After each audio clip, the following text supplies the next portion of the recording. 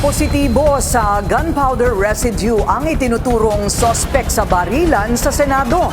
Pero nakapagpiyansa na ito. Yan ang agenda report ni Andrea Salve. Laya na pansamantala ang NBI volunteer driver na si alias Mel Oragon na inaresto ng mga otoridad sa kasagsagan ng barilan sa Senado noong Miyerkules, May 13. Ito ay matapos makapagpiyansa sa mga kasong paglabag sa Republic Act 10591 o Comprehensive Law on Firearms and Ammunition at Direct Assault.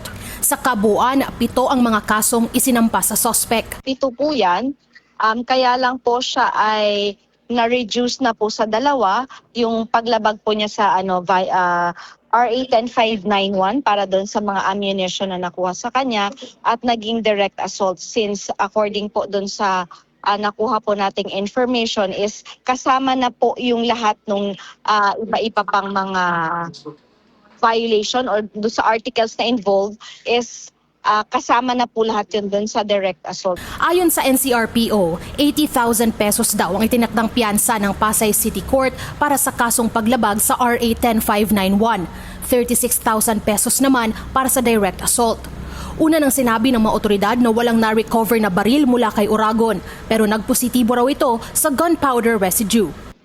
Hindi po conclusive na talagang nanggaling po sa gunpowder to kasi marami pong posibleng chemicals na naging dahilan para mag-positive po yan. Since hindi po tayo nakakuha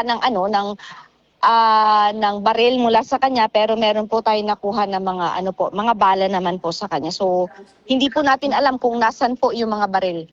Sinubukan naming kunin ang panig ng sospek pero hindi na ito nagpaunlak pa ng panayam. Para sa agenda, Andrea Salve, Billionaire News Channel. Manatiling nakatutok sa Billionario News Channel. Sumubaybay sa aming social media accounts at mag-subscribe sa aming YouTube channel para sa mga bago at eksklusibong balita.